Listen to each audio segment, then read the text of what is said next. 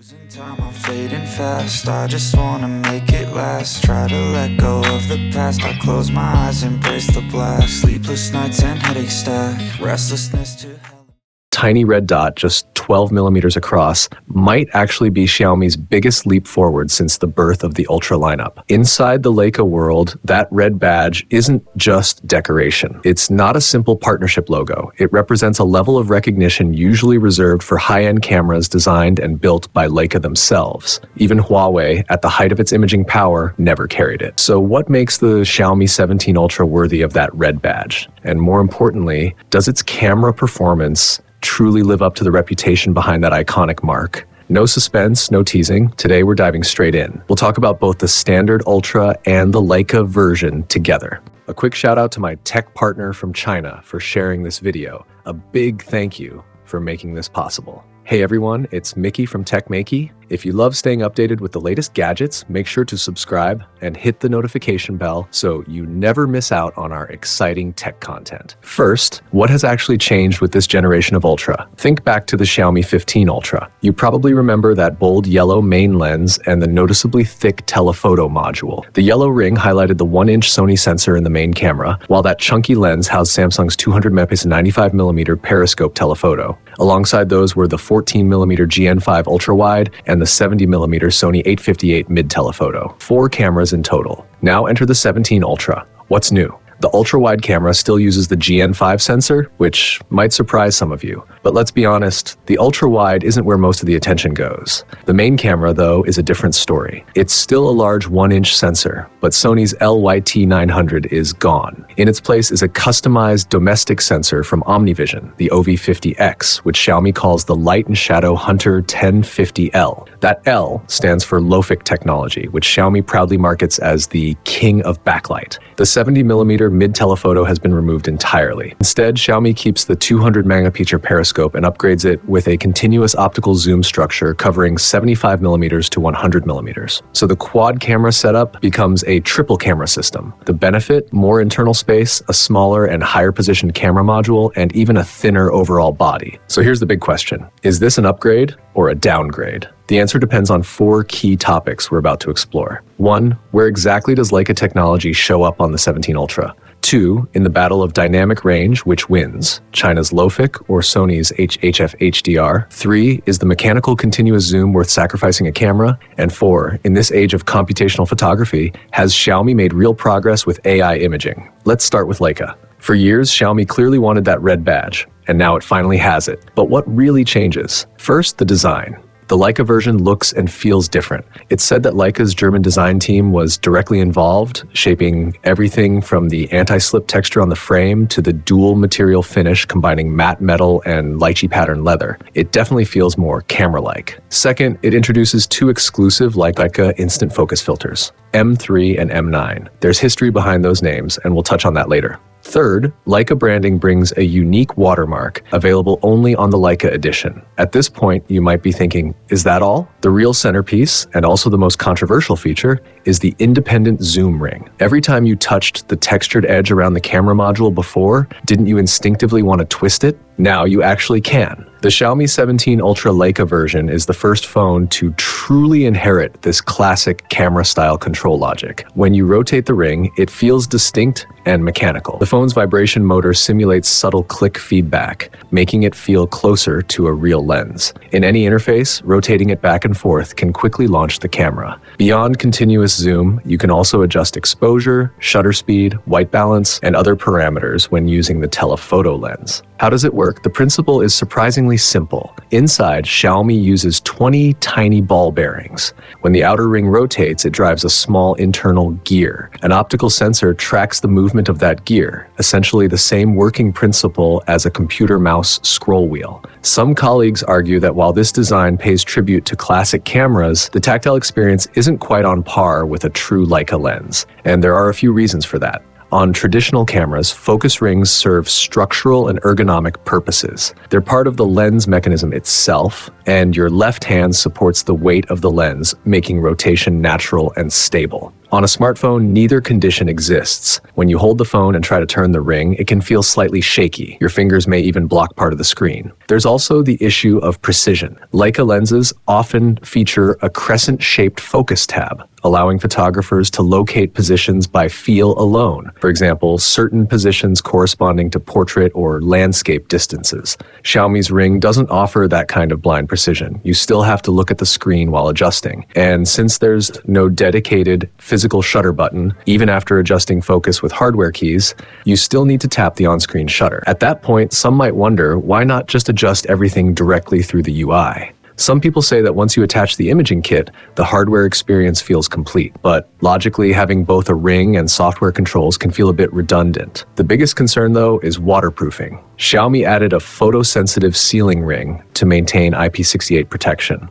Still, it's wise to keep it away from water and avoid spills that could affect the mechanism over time. So yes, that red dot brings design refinement, exclusive features, and a mechanical zoom ring that boldly channels Leica heritage. Now let's talk about the second big highlight, Lofic. Mobile photography has entered what many call the dynamic range era. Sony's approach, HDR, captures multiple exposures in rapid succession and merges them to create high dynamic range images. Domestic sensor makers, on the other hand, developed Lofic, which stores excess photons in a secondary reservoir next to each pixel when the main well reaches capacity. Previously, Xiaomi used domestic sensors mainly in standard and pro models. This time, it boldly installs a domestic sensor at the heart of the Ultra's main camera. It may not be the same 4K class sensor as in the Pro model, but the Lofic technology itself is mature. This move signals that domestic sensors are now directly competing with Sony at the very top tier.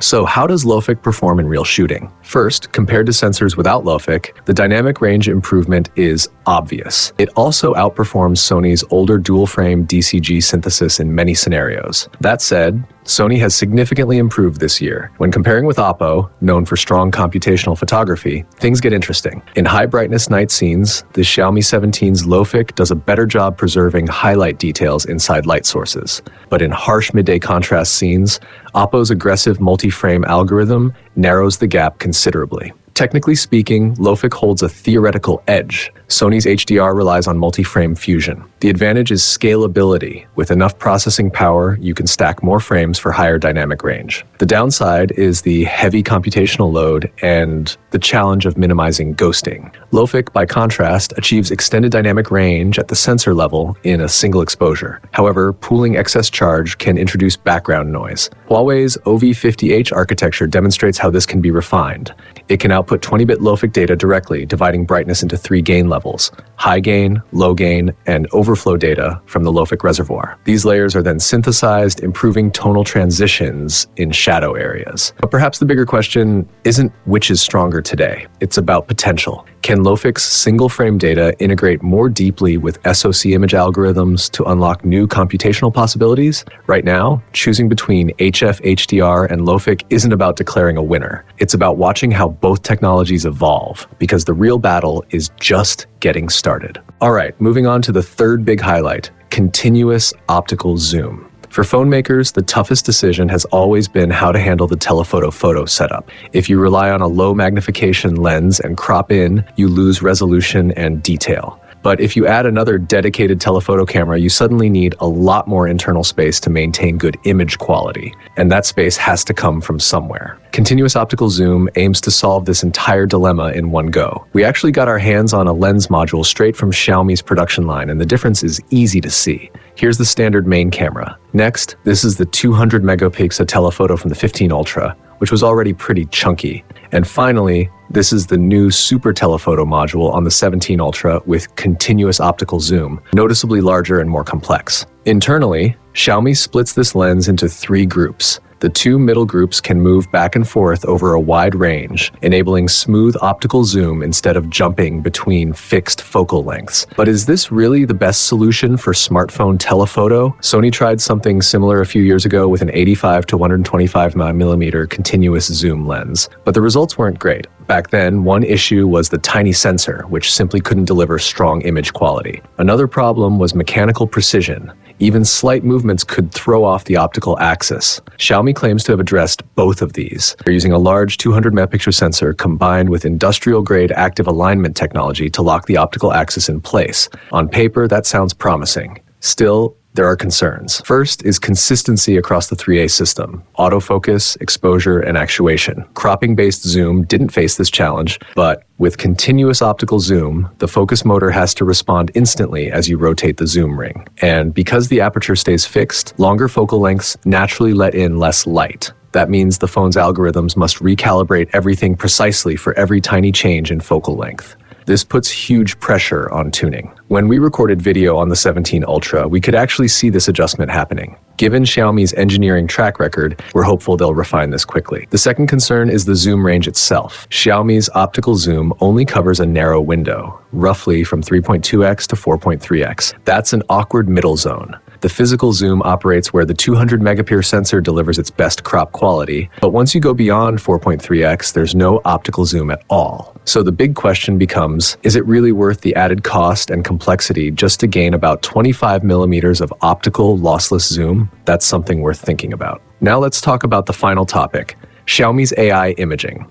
Last year, Xiaomi leaned heavily into optical quality while holding back on algorithmic processing. But in today's world, mobile photography simply can't exist without AI. Earlier, we mentioned something interesting about the Leica version of the 17 Ultra, its Leica-style finish inspired by the M9. Traditional AI usually stays within the limits of optics, handling tasks like noise reduction, brightness adjustment, and super resolution. Very few companies dare to let AI actually generate new visual elements. This M9 filter does exactly that. It sends Ultra Z data to the cloud, runs it through a 30-bit model, and sends back a 4K image. This isn't basic color tuning. The model analyzes light and shadow relationships in depth, allowing AI to recreate the distinctive texture of the Leica M9 CCD sensor, including its rich color overflow and unique grain. Some of this is enhanced, and some is newly generated. Of course, generative AI comes with risks. It can misinterpret fabric textures as noise, add strange lighting to faces, or produce results that feel obviously artificial. To prevent this, Xiaomi trained its model using large amounts of real raw data and placed strict limits on what the AI is allowed to generate. In our testing, each image uploaded around 20 to 30 data points and took several tens of seconds to process. The results came back noticeably clearer and more stylized, yet with almost no AI look. If Xiaomi eventually perfects this level of control, it means that so-called German-style imaging could one day be achieved purely through AI. And that's a wild thought, because it could mean future mid-range phones might deliver results similar to today's Ultra models. That possibility alone is pretty mind-blowing. So stepping back, I honestly think the Xiaomi 17 Ultra Leica Edition might be the most controversial imaging device Xiaomi has ever released. Out of its 4 main selling points, switching to a domestically produced Lofic main sensor is a bold and genuinely exciting move. There's no clear answer yet on which technology will dominate the future, and Sony's path isn't automatically the correct one. As long as image quality improves, domestic sensors absolutely deserve a place at the top of the Ultra lineup. Xiaomi has also done an impressive job with generative AI Leica simulation. It gives adventurous users something new to explore, while traditional photographers can simply ignore it if they prefer.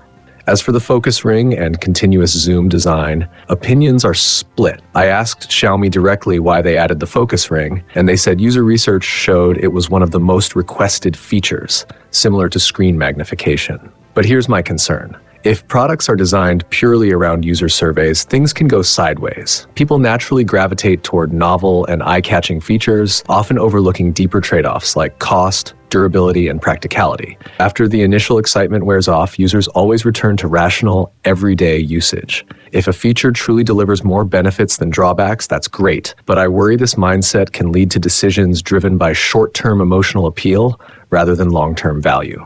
Phones shouldn't fall into that kind of design trap. Finally, a quick note on availability and pricing. The Xiaomi 17 Ultra Leica Edition is set to launch in the UK by the end of this month. In China, the base model starts at 6,999 yuan, which roughly translates to about £738 in the UK and around $996 in the US. And that wraps it up for today. If you enjoyed this video, don't forget to like, share, and subscribe. Thanks for watching, and I'll see you next time.